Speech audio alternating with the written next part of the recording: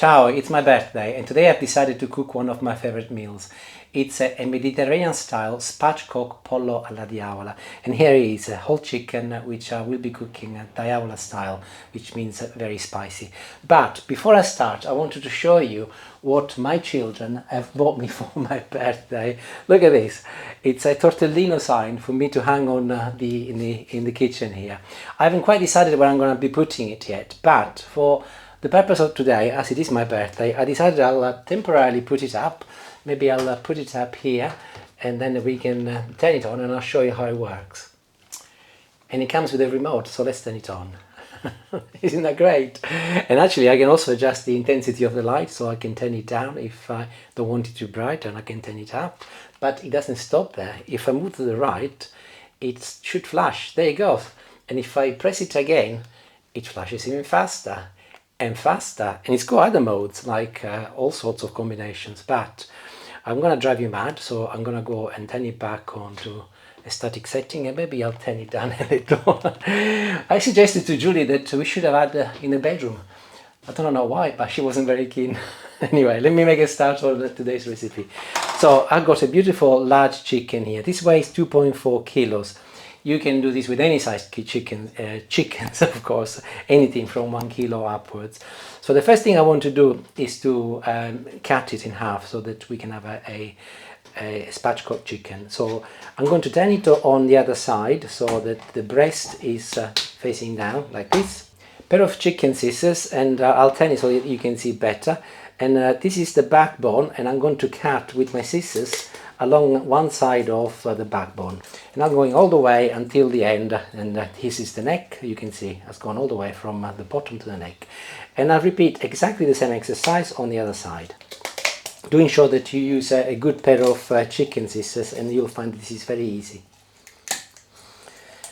And this is off. Do not throw this away. By the way, this is excellent for stock. I will not be needing it today, but we are having a roast tomorrow, so this will complement my stock.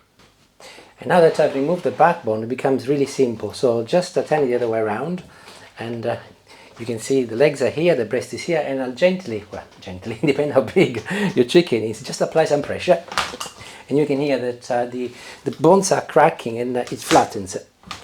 And you can cook this as it is. You can barbecue it or do what I'm going to do next. But if you wanted to retain its shape, I would suggest that you use some skewers. I've got some wooden skewers here. And I'm going to insert them. I'll turn it again so that you can see it easier. I'm going to insert them from the leg here, the thigh, and I'll go all the way until I go inside the breast and out from the other side, like this. And then I'll turn it around and I'll do exactly the same from the other side. So in it goes, and through the breast, and like this. And it will stay nice and flat. But of course, if your skewers are a little bit too long like mine, just go along and cut them with your fingers. These are wood anyway. Or if you've got metal ones, you can use the little ones, so as long as they fit in the pan eventually. The beauty of recipes like this is that with just a few ingredients and a little personal time investment, really, you can make a beautiful and delicious meal. And you will see that although this will take a little time to cook, you don't have to do a lot. I'm starting with the diavola ingredients, and this is a chili pepper. It's mild, it's green. You can also use red. I would have used red if I had red, but I don't, so I'm using a mild green one, but it's perfectly okay. Whereas actually I'm gonna also complement with some dry chili flakes. This is just under 1 level teaspoon. Hopefully I'm not going to upset Julie too much, as this is going to be a little bit spicier than normal, but it's my birthday. I've just added also some smoked paprika. Some people use unsmoked paprika, or some people also use a combination of both. I like smoked paprika.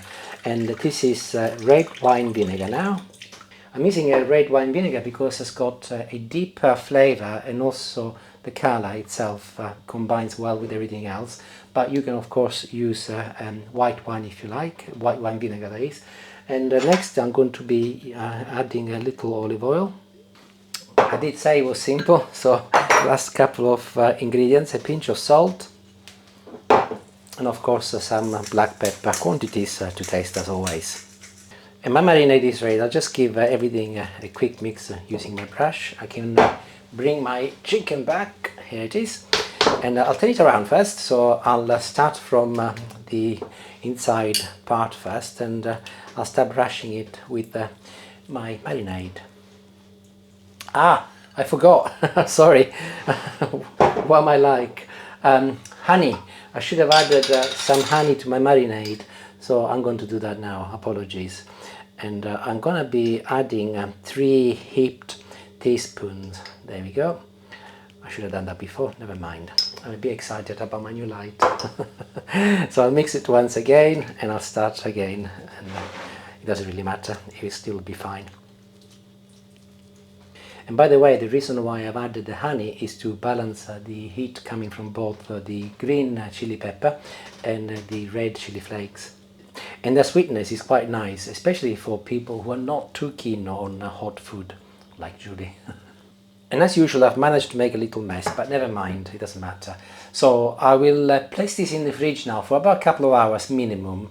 Or if you like, you can actually prepare it the night before, put it in the fridge, even better. The more it marinates, the better. But I decided to make it this morning, so a couple of hours and then I'll see what to do next. Marinating the chicken, by the way, for at least a couple of hours is a key step in this recipe, especially if you want a beautiful diavola flavor. One thing I meant to say is to put some cling film on top before you place it in the fridge. Julie said to me, "What have you done to the poor chicken?" But it does smell wonderful. It does smell wonderful. The cling film will prevent the fridge from getting too smelly, but also you don't want the chicken to absorb any smells from the fridge. So let me show you what to do next. And it's very simple, by the way, but again, quite critical.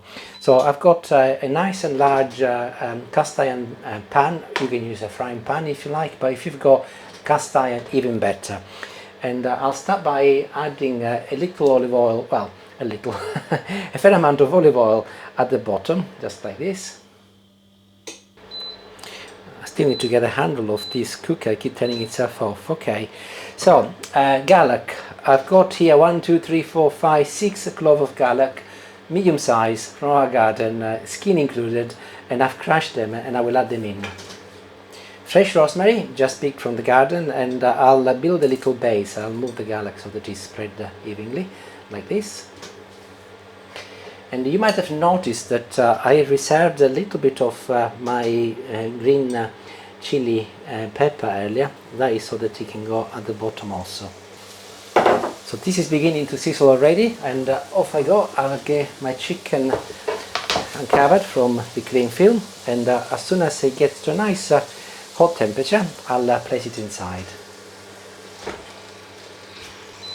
And I'll turn it up on high to start with, and all those juices that you've got here, by the way, do not leave them behind. They can go on top of your chicken, of course.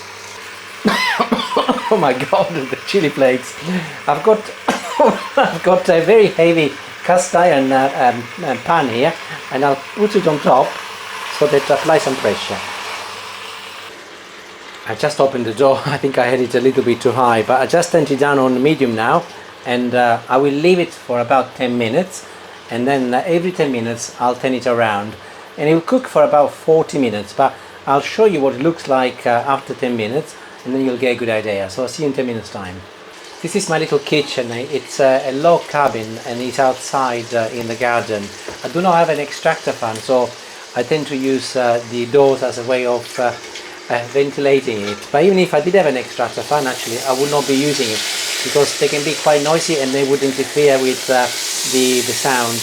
But if you take a look here, 10 minutes have passed. I think I need to turn it down a little, but it's not too bad. It's cooking nicely, so I'll turn it around, and there we go. And this can cook now for another 10 minutes, and I'll turn it around every 10 minutes until it's totally cooked. So going back to the chili fumes, the chili flakes. So obviously if you're making this, make sure that either you open the window before you put your chicken in, or turn your extractor fan, and avoid making the same mistake I did. So 10 minutes, and then we'll turn it around again. And I can turn it around one more time and show you what it looks like from the top. You can see that there's this beautiful golden color now. But if you take a look here, can you see that the chicken hasn't cooked on the top? So now that it has been cooking on a fairly medium temperature, medium to low temperature, to ensure that you don't burn it, I am going to show you a little trick to ensure that it cooks throughout. So I'm going to place the lid on now, and I will leave it for another 10 minutes. During this time the chicken will cook completely, well, almost completely throughout, and then for the last 10 minutes I will remove it once again and I'll turn it once again so that it becomes lovely and crispy. So I'll see you in about 10 minutes. I checked it after 10 minutes and I wasn't happy because it was still a little bit pink. So as it is a large chicken, I've left mine for another 10 minutes. So I've been in this position now with the lid on for 20 minutes. Obviously you will have to judge it depending on the size of your chicken and also depending on the type of saucepan you're using, but do ensure that you go and pierce it on one of the thickest parts, like the breast. And if you can see here, I'm pressing it now and there are clear juices coming out, which indicates that the chicken is pretty much cooked.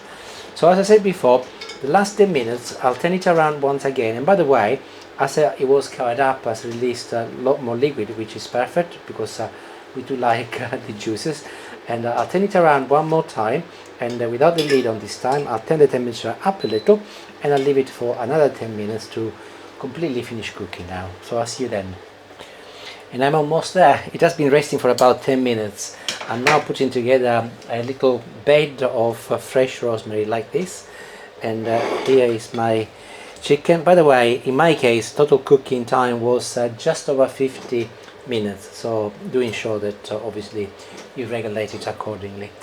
And the very last thing I'll do, I've got this lovely stock which has been cooking in the meantime and thickening it up, and I'm going to be putting on top of my chicken so that it will refresh the flavor. And if you like, go and get some of the garlic that is in there, if you like garlic base, of course. And this is ready, and whilst the rosemary is at the bottom, the chicken is still very warm, so it will continue to release some fresh flavor, and it will taste delicious. I'll take a photo and then I'll taste it. And personally, I'm not sure if you ever tried it, but I love a little bit of lemon on top. It gives that extra level of freshness. I'll just remove the skewer and I'll have a little and I'll tell you what it's like.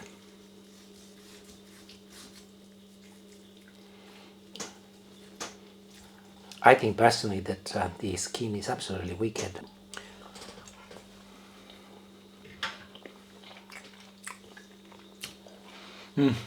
Perfetto. It's so delicious. That lemon on top makes a big difference, and it cooked for over 15 minutes, so the flavor from the chili is there, but it's not strong, and absolutely beautiful. Really pleased, and I cannot wait to go and eat it indoors now. I'm going to make some greens with it, also with a base of garlic. I've actually made them on the channel. I'll post them up here. So time to turn this off and go inside, and thank you for watching, and hopefully you make it. Let me know if you do. Ciao ciao.